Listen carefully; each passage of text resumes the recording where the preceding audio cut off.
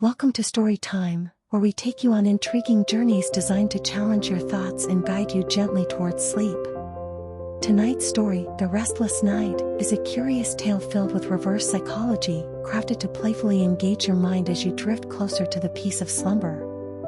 So, find a cozy spot, close your eyes, and let the story unfold. Henry liked to think of himself as a professional night owl. Sleep?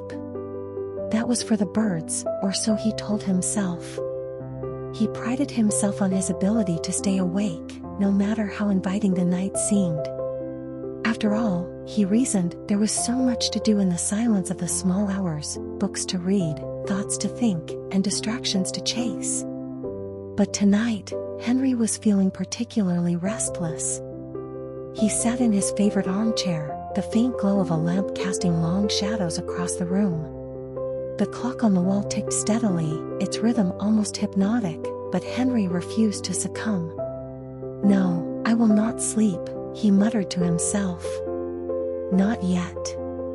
Instead, he devised a series of activities to keep himself alert. First, he brewed a pot of the strongest coffee he could manage, its rich aroma filling the room. He sipped it slowly, savoring the bitterness, imagining it coursing through his veins like an invincible antidote to drowsiness. Next, he pulled out an old puzzle he had abandoned years ago. The tiny, intricate pieces demanded his full attention, and he was certain this would keep him engaged. Yet, as he sorted through the pieces, his eyes began to wander, tracing the soft patterns of the wallpaper and the gentle flicker of the candle he'd lit for ambience. No distractions, he scolded himself, sitting up straighter.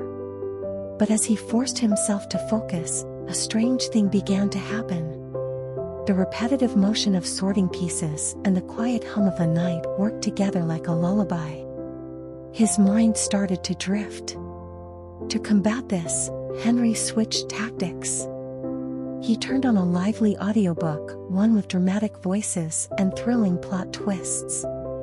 Surely this would keep him on edge. But as he listened, the warm cadence of the narrator's voice began to feel like a soothing melody. He found himself leaning back in his chair, his eyelids growing heavier with every word. "Not yet," he said aloud, shaking his head. He jumped up and decided to pace the room. Movement would surely keep him awake. He walked back and forth, muttering about the injustice of the sleepy feeling creeping over him. But the motion of pacing, the soft creak of the floorboards, and the rhythmic sway of his body began to lull him further. He stopped suddenly, gripping the edge of his desk for support. Henry glanced at the clock. It was 2 a.m., the hour he always dreaded. The silence was too profound, the world too still. He thought about turning on the TV, but decided against it. Instead, he lit another candle, its gentle glow filling the room with warmth. He opened a book, a thick, dense volume he had been meaning to tackle for months. He read the first line, then the second, and by the third, his head was nodding forward. "No," he said again, laughing quietly at his own stubbornness. "I'm too good at this to give in." He switched to another activity, writing a list of reasons why sleep was overrated. As he scribbled, his handwriting grew sloppier, the lines curving and twisting like the tendrils of a dream. Finally, Henry gave in, just a little.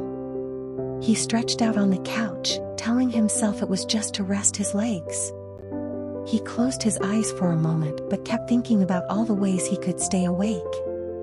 Yet, as he lay there, his thoughts began to slow. The sound of the clock ticking became a steady drumbeat.